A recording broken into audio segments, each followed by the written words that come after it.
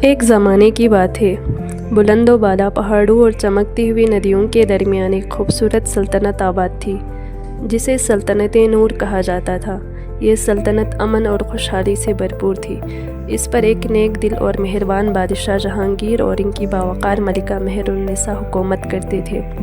محل سفید سنگ مرمر سے تعمیر کیا گیا تھا اور اس پر سونے کا کام کیا گیا تھا۔ محل کے باغات ہمیشہ رنگ برنگے پھولوں سے مہکتے رہتے تھے۔ چنبیلی اور گلاب کی خوشبو فضا میں رچی رہتی تھی۔ صبح کی سنہری دھوپ محل کو جگمگاتی روشنی میں نہلا دیتی تھی۔ بادشاہ اور ملکہ کی ایک ہی بیٹی تھی، شہزادی حورین۔ وہ اپنے نام کی طرح خوبصورت اور دل کی بہت نرم تھی۔ اس کی مسکراہٹ پورے دربار کو روشن کر دیتی تھی اور اس کی آواز کوئل کی طرح میٹھی تھی۔ وہ اپنے والد سے بہت محبت کرتی تھی۔ ایک دن اچانک بادشاہ جہانگیر شدید بیمار ہو گئے۔ سلطنت کے بہترین حکیموں نے ان کا علاج کیا مگر بیماری کم نہ ہوئی۔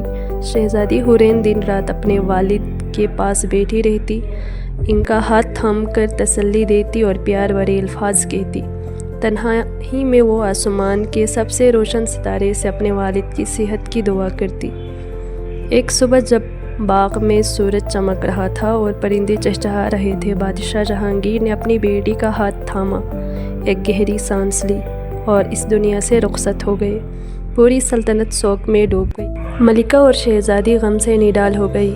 بادشاہ کو محل کے عین وسط میں واقع خوبصورت باغ میں پورے اعزاز کے ساتھ دفن کیا گیا۔ بادشاہ کا وزیر رکن الدین پہلے ہی برے ارادے رکھتا تھا اور خاموشی سے طاقت جمع کر رہا تھا۔ بادشاہ کے انتقال کے بعد اس نے موقع غنیمت جانا۔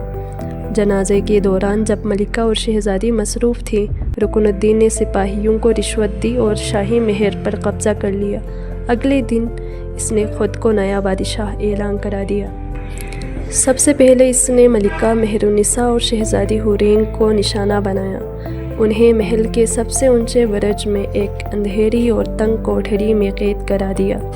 رکن الدین نے پورے ملک میں ظلم و ستم شروع کر دیا۔ سلطنت کی رونق ماند پڑ گئی، لوگوں کے چہرے اداس ہو گئے اور ہر طرف خوف پھیل گئی۔ قید میں ہونے کے باوجود ملکہ اور شہزادی نے ہمت نہ ہاری۔ ملکہ نے حورین کو سمجھایا کہ روشنی ہمیشہ اندھیرے کو شکست دیتی ہے۔ انہوں نے قریبی سلطنت آفتاب کو مدد کا پیغام بھیجنے کا منصوبہ بنایا۔ کمرے میں موجود پردوں اور کپڑوں کے داغوں سے شہزادی حورین نے آہستہ آہستہ ایک مضبوط رسی بنانا شروع کیا۔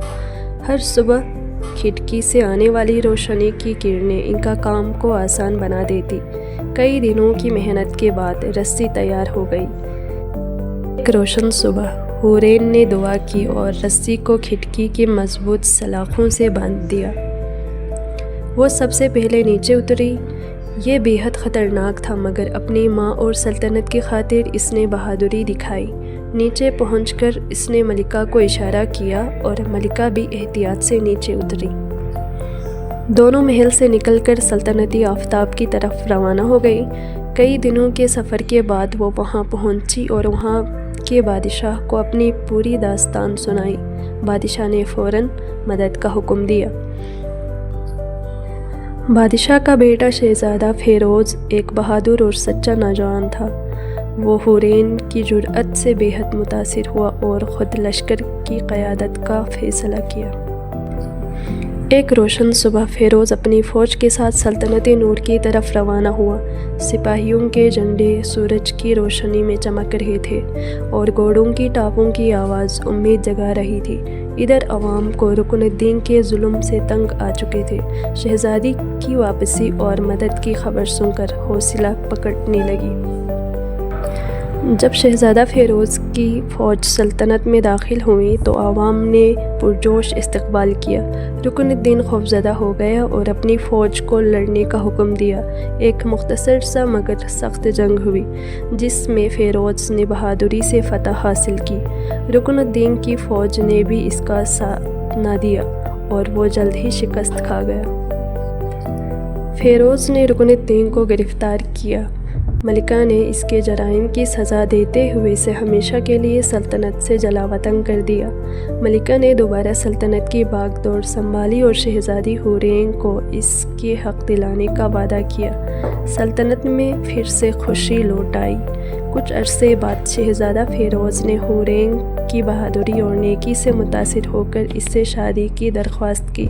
ہورینگ نے خوشی خوشی یہ رشتہ قبول کر لیا اور دونوں نے خوشی و خرم زندگی گزارنے کی